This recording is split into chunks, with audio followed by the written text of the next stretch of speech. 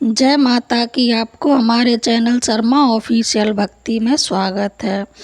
भगवान शिव ने पार्वती जी को उनके पूर्व जन्म के बारे में याद दिलाने के लिए यह कथा सुनाई थी। हरियाली तीज व्रत कथा इस प्रकार है। शिव जी कहते हैं, हे पार्वती, बहुत समय पहले तुमने हिमालय पर मुझे वर के रूप में पाने के लिए घोर तप किया था। इस दौरान तुमने अन्न जल त्याग कर सूखे पत्ते चबाकर दिन व्यतीत किए थे। किसी भी मौसम की परवाह किए बिना तुमने निरंतर तप किया। तुम्हारी इस स्थिति को देखकर तुम्हारे पिता बहुत दुखी थे। ऐसी स्थिति में नारद जी तुम्हारे घर पधारे। जब तुम्हारे पिता ने नारद जी से उनके आगमन का कारण पूछा तो नारद जी बोले, हे गिरिराज, मैं भगवान विष्णु के भेजने पर यहाँ आया हूँ। आपकी कन्या की घोर तपस्या से प्रसन्न होकर वह उनसे विवाह करना चाहते हैं। इस बारे में आपकी राय जानना चाहता हूँ। नारद जी की बात सुनकर पर्वतराज अति प्रसन्न के साथ बोले, हे नारद जी, यदि स्वयं भगवान विष्णु मेरी कन्या से विवाह करना चाहते हैं तो इससे बड़ी कोई बात नहीं हो सकती है। मैं इस विवाह के लिए तैयार हूँ। फिर शिव जी पार्वती जी से कहते हैं, तुम्हारे पिता की स्वीकृति पाकर नारद जी विष्णु जी के पास गए और यह शुभ समाचार सुनाया। लेकिन जब तुम्हें इस विवाह के बारे में पता चला तो तुम्हें बहुत दुख हुआ। तुम मुझे यानी कैलाशपति शिव को मन से अपना पति मान चुकी थी। तुमने अपने व्याकुल मन की बात अपनी सहेली को बताई।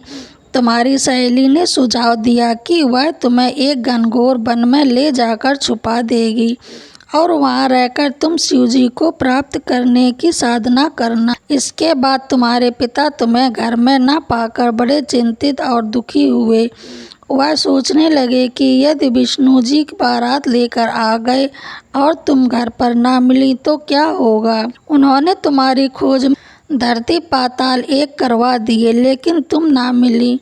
तुम वन में एक गुफा के भीतर मेरी आराधना में लीन थी। भाद्रपद तृतीया शुक्ल को तुमने रेत से एक शिवलिंग निर्माण कर मेरी आराधना की, जिससे प्रसन्न होकर मैंने तुम्हारी मनोकामना पूर्ण की।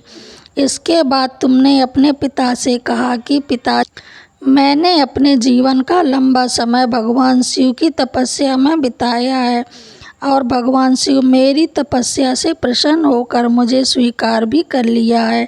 अब मैं आपके साथ एक ही शर्त पर चलूँगी कि आप मेरा विवाह भगवान शिव के साथ ही करेंगे। पर्वतराज ने तुम्हारी इच्छा स्वीकार कर ली और तुम्हें घर वापस ले गए। कुछ समय बाद उन्होंने पूरे विधि विधान से हमारा विवाह किया। भगवान शिव ने इसके बाद कहा कि हे पार्वती, तृतीया को तुमने मेरी आराधना करके जो व्रत किया था उसी के परिणाम स्वरूप हम दोनों का विवाह संभव हो सका। इस व्रत का महत्व यह है कि इस व्रत को पूर्ण निष्ठा से करने वाली प्रत्येक स्त्री को मनवांछित फल देता हूँ।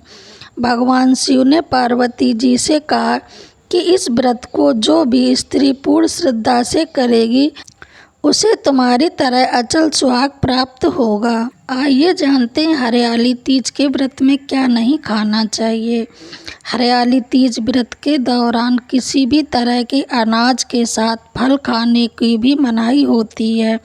इसलिए हरियाली का तीज व्रत में फल खाने से भी बचना चाहिए। फल खाने से व्रत पूर्ण नहीं होता। पौराणिक मान्यता के अनुसार फल खाने वाले व्रती का अगला जन्म बंदर का होता है। हरियाली तीज में पानी भी नहीं पीना चाहिए। हरियाली तीज व्रत में पानी पीने की मनाही होती है। जो भी कन्याएं और स्त्रियां हरियाली तीज का व्रत रख रही हैं उन्हें व्रत के बीच में पानी नहीं पीना चाहिए। इस व्रत में भी करवा चौथ की तरह पानी पीने की मनाही होती है। पौराणिक मान्यता है कि हरियाली का तीज पर पानी पीने से अगला जन्म मछली का मिलता है। हरियाली का तीज व्रत में ना खाएं चीनी। हरियाली का तीज व्रत में मीठा खाने से भी परहेज करना चाहिए। पौराणिक मान्यता के अनुसार हरियाली का तीज पर व्रत रखने वाली जो स्त्रियां चीनी या अन्य मीठी चीज़ें का सेवन करती हैं, उन्हें अगले जन्म में मक्खी का जन्म मिलता है। ऐसे में हरितालिका तीज पर चीनी या किसी भी अन्य प्रकार का मीठे से परहेज करना चाहिए। हरितालिका तीज पर व्रत में सोने की होती है मनाही। हरितालिका तीज व्रत रखने वाली स्त्रियों को सोने से बचना चाहिए। व्रत के दौरान भजन सुने या फिर भगवान का जाप करना चाहिए। पौराणिक मान्यता है कि हरितालिका तीज व्रत के दौरान सोने से बचना चाहिए। जो मनुष्य व्रत के दौरान सोता है उसे अगला जन्म अजगर या सांप का मिलता है। आपको ये जानकारी कैसी लगी कमेंट बॉक्स में ज़रूर बताएं और मेरे चैनल को लाइक सब्सक्राइब ज़रूर करें। जय माता दी, धन्यवाद।